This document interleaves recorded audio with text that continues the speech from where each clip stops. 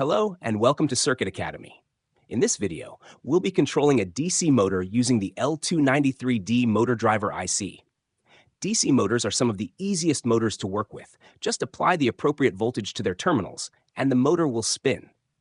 Reversing the polarity of the applied voltage reverses the direction of rotation. If we reduce the applied voltage, the motor speed decreases. Increasing the voltage makes it go faster. However, you can't directly connect the motor to one of the digital outputs on the Arduino because the large current the motor draws can damage the Arduino. One way to control a DC motor is by using an NPN transistor. In this setup, the base of the transistor is connected to a digital pin on the Arduino using a resistor. The emitter is connected to ground, and the collector is connected to one terminal of the motor. The other motor terminal connects to an external power supply, with its ground connected to the Arduino's ground. When we send a high signal to the transistor, current flows from the positive terminal of the power supply through the motor and the transistor to ground, causing the motor to spin. With this setup, we're not just limited to turning the motor on and off. We can also control its speed using PWM, pulse width modulation. By sending a PWM signal to the transistor, we allow it to function as a switch, opening during low pulses and closing during high pulses.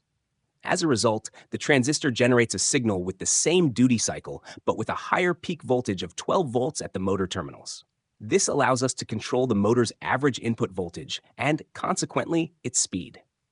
The wider the pulses, higher duty cycle, the higher the average voltage, leading to increased motor speed, and vice versa. If you have any confusion regarding PWM or duty cycle, we have made a detailed video on it, so feel free to watch it first. However, with our current single transistor setup, we cannot control the motor's spinning direction.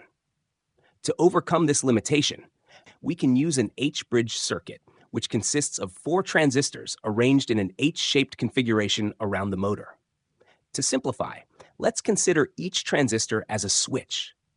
When we activate transistors 1 and 4, the positive side of the power supply connects to the motor's red terminal, and the ground connects to the black terminal. This polarity causes the motor to spin clockwise. Conversely, when we activate transistors 2 and 3, the polarity reverses. The positive side of the power supply connects to the black terminal, and the ground connects to the red terminal, causing the motor to spin counterclockwise.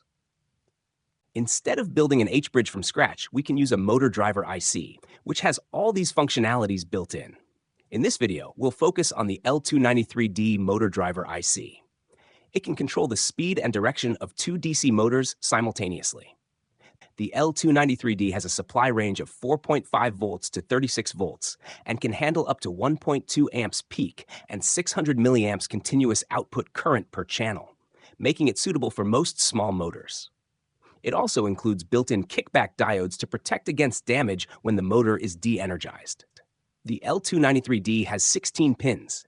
It has 2 power pins, VS, which powers the internal H-bridge for driving motors, 4.5 volts to 36 volts, and VSS, which powers the internal logic circuitry, 5 volts. 4 ground pins are used to dissipate heat during high load conditions. The L293D has 2 separate channels, each with its inputs and outputs for controlling 2 motors. For the first channel, pins 2 and 7 are the inputs that control the outputs on pins 3 and 6, where the motor connects. Similarly, for the second channel, pins 10 and 15 are the inputs, while pins 11 and 14 are the outputs for the second motor. Each channel has an enable pin that activates the driver when given a high signal. A low signal disables it. The PWM signal to control speed is connected to these enable pins. Now let's connect the IC to the Arduino. First, connect the external power supply for the motors. We're using DC gearbox motors commonly found in robots, which are rated for 3 volts to 12 volts, so we'll connect a 5-volt external power supply to the VS pin. The VSS pin connects to the Arduino's 5-volt output. Ensure that the ground of the external supply is connected to the Arduino ground. Next, connect the L293D IC's input and enable pins.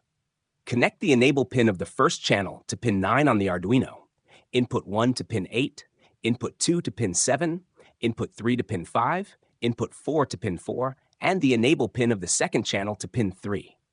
Note that the enable pins of both channels are connected to PWM pins on the Arduino. Now connect one motor to out 1 and out 2, and the other motor to out 3 and out 4. You can interchange the motor connections if needed. There's no right or wrong way of doing this.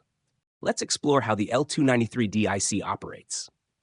To start, we pull the enable inputs of both channels to high, which activates the motor driver. When both input pins, IN1 and IN2, or IN3 and IN4 for the second channel, are low, the motor remains stationary. Similarly, when both inputs are high, the motor still doesn't spin because there's no potential difference across it.